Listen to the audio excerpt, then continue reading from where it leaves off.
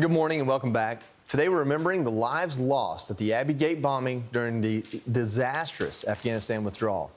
Lance Cpl. Jared Schmitz was killed in that attack that left 13 service members dead.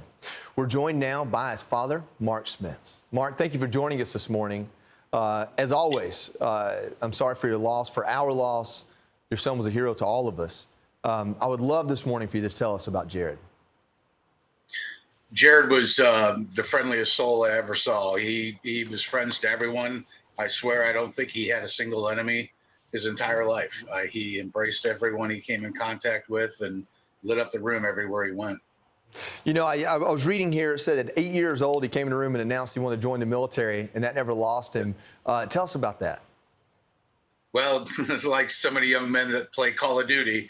That was his addiction for many, many years. It was his sophomore year is when it really kicked in, that we knew he was laser focused on that being his next mission in life after high school was join the Marine Corps. He actually forced his mother and I to sign the document when he was 17 to allow him to pre-enlist essentially. And never see the kid so focused on something before, but maybe so proud because for an entire year prior to his actual enlistment, he would actually train every single weekend at the local Marine recruiting office and dress up like the rest of them. And he was ready to go.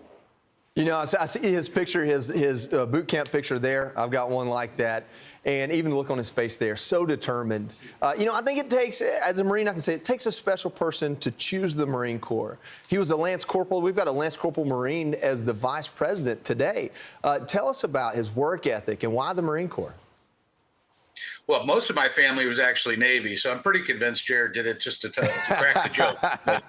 But, he wanted to be pushed, and he knew that the Corps was probably the toughest way to go and to become the best he could be. And they definitely shaped him into a very powerful young man. I mean, I was so impressed with who he was becoming. I mean, Unfortunately, we lost him at the age of 20, but he would have made one hell of a father and a true patriot at heart. I know that he actually wanted to go into the police academy after he got out. But then he saw what was happening to the police departments back when Biden was running things, and he changed his mind and wanted to come into the family business. So the Marine Corps was his dream. He lived that dream. He died that dream, and I don't think he would have wanted to go any other way. I don't think you need me to tell you this, but your son's an absolute hero, and he's inspiration. You know, he died at 20 years old, and we think how young that is, but just how important his 20th year was and the things he was doing even during that withdrawal to save lives and to help people. I know that you've decided to take a legacy, take something that is detrimental to you and turn it into something that honors those 13, or you're a part of something to do that. Tell us about, I believe I want to say this correctly, the Freedom 13 organization. That's correct. After you lose your son or daughter in a situation like this, you basically have two choices. You dig a hole, you sit in it, or you pick your bootstraps up and get to work. And we knew that our son would definitely want us to help his brothers and sisters in arms. So with the Freedom 13, we're going to be building recreational retreat camps in every single state on 100 acres of land. We want to open this up to all gun-carrying service members, first responders, so that includes police as well as veterans, and their families to come out for a week at a time and spend that time fishing, hiking, hunting, bonding with other veterans and other police, trying to find those missing links that they might be missing, you know, and then open up resources for PTSD and suicide prevention. It's called the freedom13.org is where people can find it.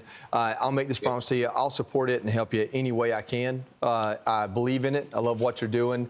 And your son Jared's an absolute hero and an inspiration to all of us. And so are you. Mark Schmitz, thank you, brother. I'm Steve Ducey. I'm Brian Kilmeade. And I'm Ainsley Earhart. And click here to subscribe to the Fox News YouTube page to catch our hottest interviews and most compelling analysis.